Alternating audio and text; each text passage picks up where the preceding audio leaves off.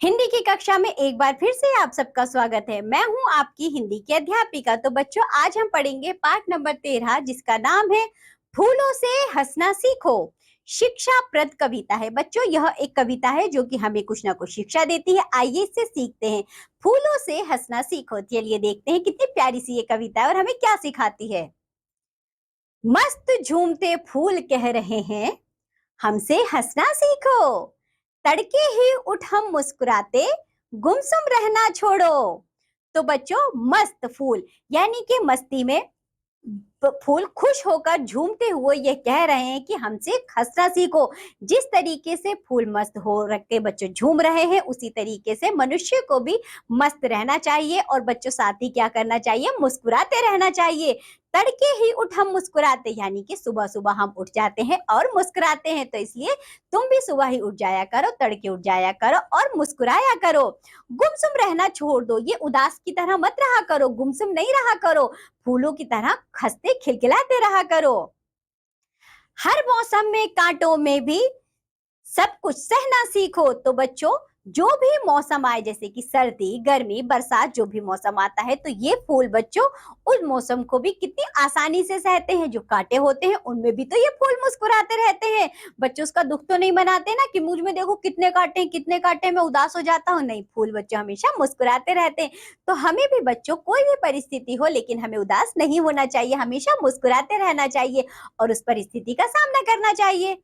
आगे देखो, बीत गया जो भूलो उसको, आज अभी की सोचो। जो बच्चों, जो बीत गया है उसको छोड़ दो।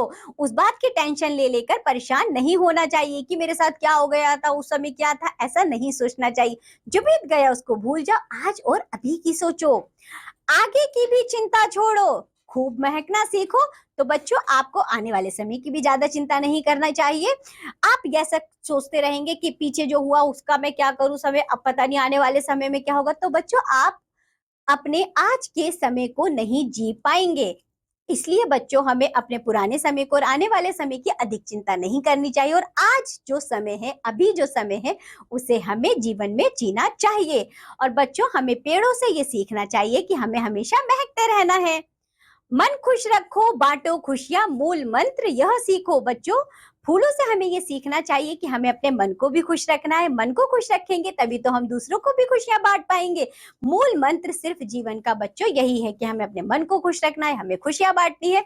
और मूल मंत्र यह सीखो जो बच्चों, बस इसी मंत्र को हमें सीखना है कि हमें हमेशा खुश रहना है। तो बच्चों, इस प्यारी सी कविता से क्या सीख मिलती है कि फूल कांटों से घिरे होने पर भी सदा हंसते रहते हैं। वैसे ही हमें भी कठिनाइयों का सामना हंसते हुए करना चाहिए। हमें भी फूलों की तरह दूसरों को खुशियां बांटनी चाहिए। तो चलिए बच्चों, आज के पाठ में इतना ही। नीचे कुछ शब्दार्थ दिए गए हैं, आप उन्हें खुद से पढ़ेंगे। अब हम इस पाठ से संबंधित अभ्यास कार्य करेंगे। सबसे पहले देखो, उच्चारण अभ्यास यानी कि प्रोनाउंसिएशन प्रैक्टिस। तड़के,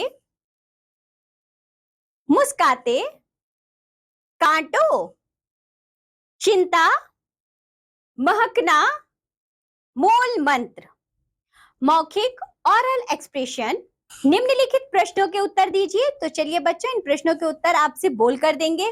फूल कैसे झूम रहे थे? फूल मस्त झूम रहे थे। क्या तुम्हें सुबह अच्छी लगती है? तो आप लोग बताएंगे, हाँ मुझे तो सुबह बहुत अच्छी लगती है।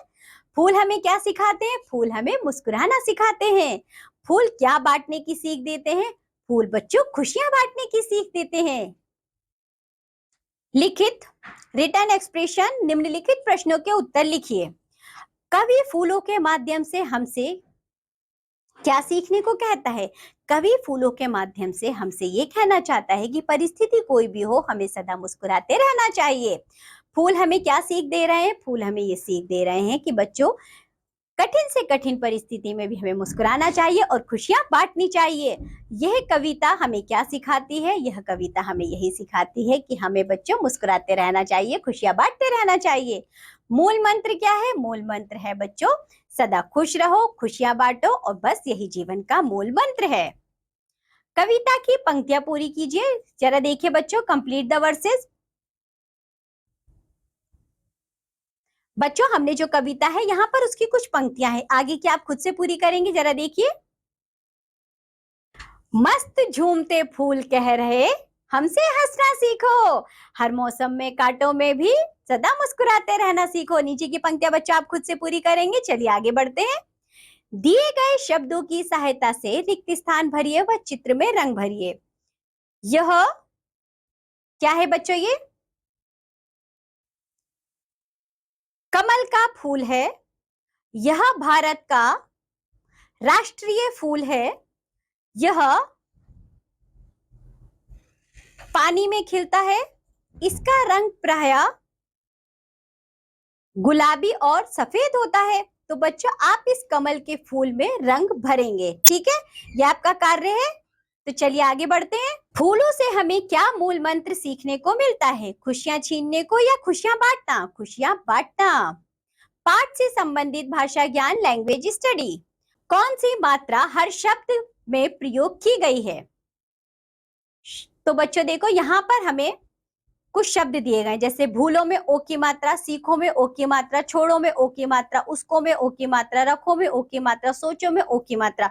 तो ओ की मात्रा का बच्चों अधिक प्रयोग किया गया है प्रत्येक शब्द में। ठीक है, आगे देखो। शब्दों के शुद्ध रूप पर गोला बनाइए। इसमें से कौन सा शब्द का शुद्ध रूप है? मुस्काते, मुस्काते या मस्काते? तो बच्चों मुस्काते शब्द का सही रूप है। काटो, काटो, कांटो, कांटो, यानी कि बच्चों बहुवचन में बात हो रही है। खुशियां, ये ठीक है। मौसम बच्चों इस तरीके से लिखा जाता है। ठीक है, चलिए आगे बढ़ते हैं। उल्टे अर्थ वाले यानी कि विलोम शब्दों का मिलान कीजिए। भूलना, याद करना, चिंतित, बेफिक्र, आज, कल, हंसना, रोना, खुश, उदास। तो चलिए बच्चों आगे बढ़ते हैं। नीचे देखो कुछ जीवन कौशल यानी कि लाइफ स्किल्स दी गई है, वो आप खुद से करेंगे। तो इसी के साथ ये पाठ होता है हमारा यहाँ समाप्त। आज हमने बहुत अच्छी सी कविता पढ़ी और हमने जाना कि बच्चों फूल हमें किस तरह कठिन परिस्थितियों में मुस्कुराना रहना सिखाते हैं। हमें फूलों से बहुत कुछ सीखना चाहिए। तो चलिए बच्चों आज के पाठ में इतना ही। जो अभ्यास कार्य दिया गया है वो आप खुद से करेंगे और इसकी सीख को अपने जीवन में उतारेंगे। अब हम मिलेंगे आपसे अगली कक्षा में। तब तक के लिए बाय बच्चों।